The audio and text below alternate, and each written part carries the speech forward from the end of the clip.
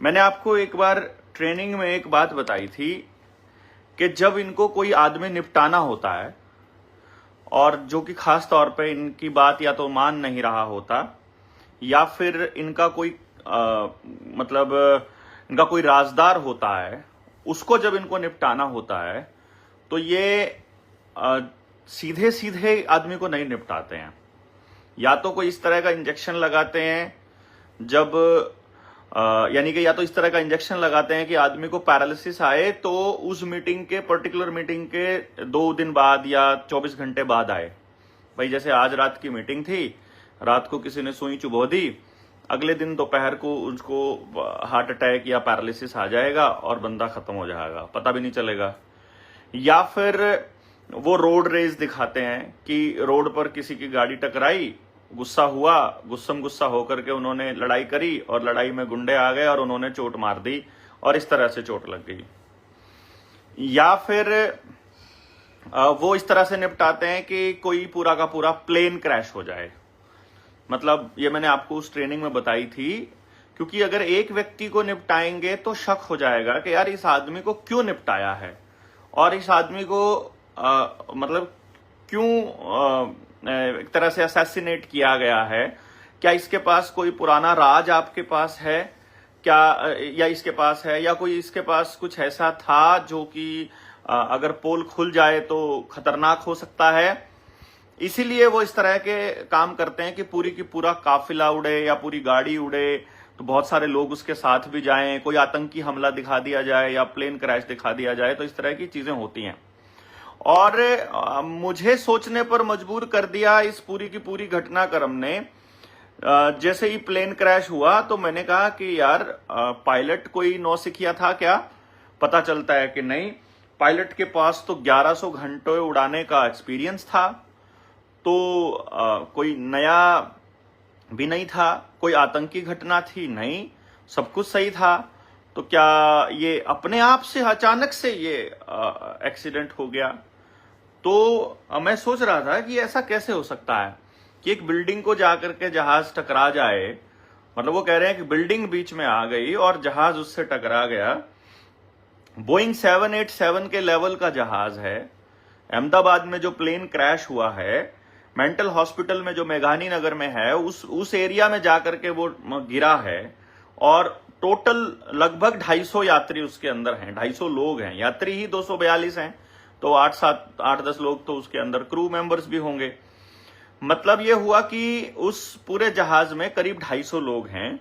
पता चलता है कि 12 नंबर सीट के ऊपर बीजेपी का 2021 से पहले का जो मुख्यमंत्री है, इसको ध्यान दीजिएगा, 2016 से 2021 का जो मुख्यमंत्री है विजय रूपाणी, वो भी इस प्लेन में सफर कर रहे थे। अब मैं कुछ बोलूंगा, मैं कुछ बताऊंगा, क्योंकि चुनाव 2026 में है और विजय रूपाणी के पास कुछ ऐसे दस्तावेज हो सकते हैं। क्योंकि देखो भाई, मुख्यमंत्री तो उसी व्यक्ति को बनाया जाता है जो या तो पूरी तरह से गुलाम हो वर्ल्ड इकोनॉमिक फोरम का, उनके एजेंडे को आगे चलाने वाला हो, या पूरा लाइजनिंग उसकी हो, या फिर वो राजदार हो, या वो खास आदमी हो। तो अमित शाह का और नरेंद्र मोदी का खास आदमी ही वहां पर बैठ सकता है। तो वो विजय रूपाणी जब प्लेन में थे और मे डे भी कॉल कर दिया गया, यानी सारा सिस्टम फेलियर हुआ है, जहाज का पूरा सिस्टम फेलियर हुआ है। एयर इंडिया का विमान है AI-171 जो लंदन के लिए उड़ान भरी जिसने, तो मैं सोच करके हैरान हूं कि ये हादसा कैसे हुआ होगा।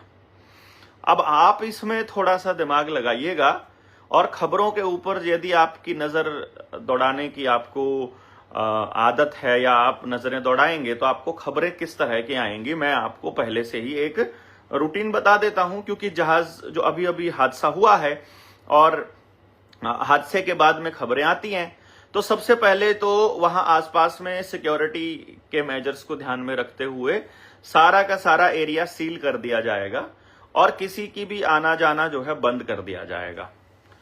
और किसी को यह नहीं बताया जाएगा कि कितने लोग मारे जा चुके हैं। 100 लोग मारे जा चुके हैं। मतलब सबसे पहली खबर आएगी कि किसी के अताहत होने की खबर अभी तक नहीं आई है, कोई पुष्टि अभी नहीं हुई है। फिर बताएंगे कि 15 लोगों के या 12 लोगों के या 5 लोगों के, मतलब थोड़े से आदमियों के मरने की खबरों की पुष्टि हुई है। फिर बताएंगे कि नहीं 50 लोगों की पुष्टि हुई है। फिर 70-80 लोगों के मरने की पुष्टि होगी। फिर 100 लोगों के मरने की पुष्टि होगी। फिर 150 लोगों के मरने की पुष्टि होगी। उनको अस्पताल पहुंचाया गया है, घायलों को, इस तरह की चीजें चलेंगी। पूरा दिन पूरा मीडिया इस तरह से हाइप क्रिएट कर देगा कि यह हादसा हुआ था और इसमें इतने लोगों के मरने की पुष्टि हो गई है। इतने लोगों के मरने की पुष्टि में उस आदमी के मरने की पुष्टि भी हो जाएगी जिसको इन्होंने निपटाना था। भाई देखो, कुछ लोगों को ऐसा लग सकता है कि यार ये आदमी हर चीज में कॉन्स्पिरेसी देख रहा है, यार ये आदमी हर चीज में एक हादसे को भी इस तरह की चीजें देख रहा है। भाई मैं आपको पहले बता रहा हूं, आप इस चीज को कैसे ही भी समझिए, आप जो मर्जी समझिए दोस्तों, मैं आपसे बहस नहीं करूंगा, लेकिन क्योंकि मैं इस पूरे सिस्टम को समझता हूं तो मुझे मालूम है कि यह काम कैसे करता है।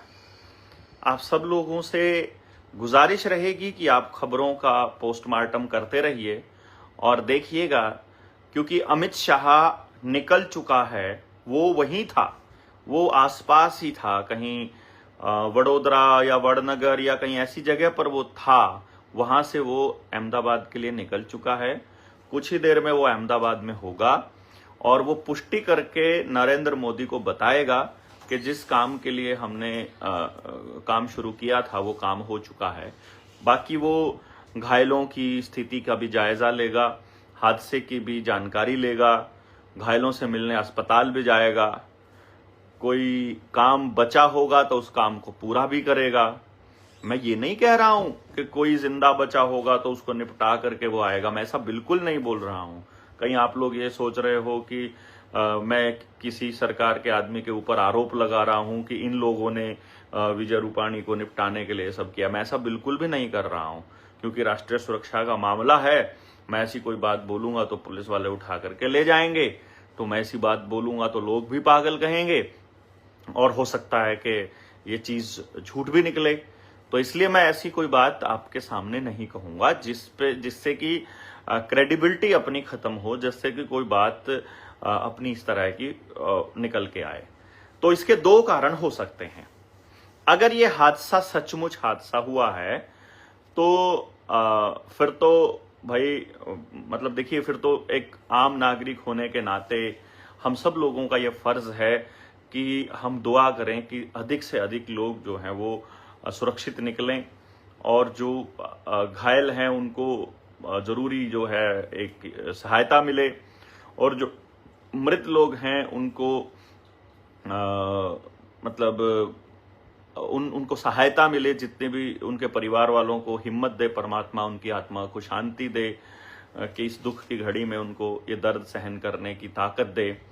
साथ के साथ अब जब आप इंश्योरेंस नहीं करवाते होंगे फ्लाइट्स में, तो अब आप इंश्योरेंस भी करवाने लग जाएंगे।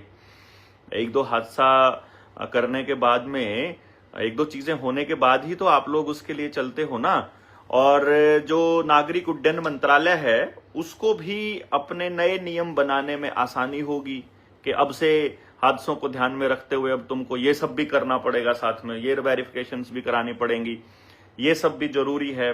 ये यानी कि कुछ भी नया करने के लिए इस तरह की चीजें को इस्तेमाल करता है प्रशासन तंत्र। जो ताकतवर लोग हैं, जो अपनी ताकत का मुजाहरा करते हैं, जो अपनी ताकत को दिखाते रहते हैं, वो लोग इस्तेमाल करते हैं इस तरह के हादसों को नए कानून बनाने के लिए। ये हम पहले से बोलते आ रहे हैं। आप लोगों को एक अलग आवाज जो है मैं कह रहा हूं, इस अलग आवाज का सम्मान इसलिए करना चाहिए कि एक तरह की बात सब कर रहे हैं, उससे अलग बात कहने की मैं हिम्मत कर पा रहा हूं। मुझे नहीं मालूम कि ये बात कहां तक जाएगी और किस लेवल तक लोग समझेंगे, लेकिन मैं एक अलग पहलू आपके सामने रख रहा हूं। ये झूठ भी हो सकता है, ये सच भी हो सकता है। अगर ये सच है तो ये सच बहुत भयानक है और मैं दुआ करूंगा परमात्मा से कि ये झूठ निकले।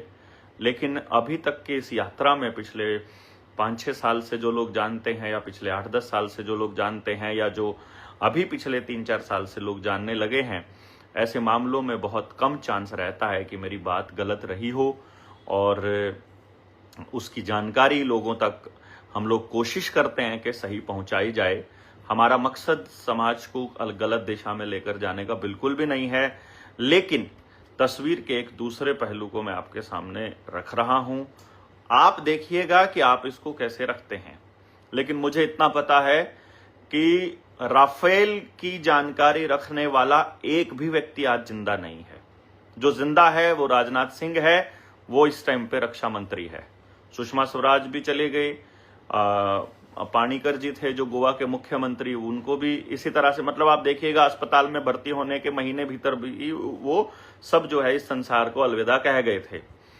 और इसी तरह से विजय रूपाणी के साथ मिलकर के अहमदाबाद में क्या क्या किया था, अगर इसकी जानकारी आप निकाल लेंगे कि कितनी झुग्गी झोपड़ियां खाली करवाई थी, कितने लोगों के साथ क्या घपले में शामिल रहे थे, क्या क्या एक्टिविटीज रही थी, ठेके पर कितने लोग लगाए थे, तो शायद आप लोगों को इसके बारे में जानकारी मिल सके कि वो किस चीज के राजदार रहे होंगे नरेंद्र मोदी और अमित शाह के।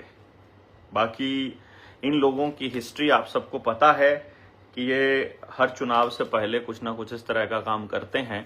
तो हो सकता है कि आने वाले वक्त में गुजरात में जो विपक्ष है उसको मैनेज इस धमकी के साथ किया जाए, क्योंकि जब भी कोई नेता बाहर जाकर आता है, जैसे अभी चंद्रशेखर रावण विदेश जाकर आया है, आने के बाद उसके सुर अपने आप बदल जाएंगे।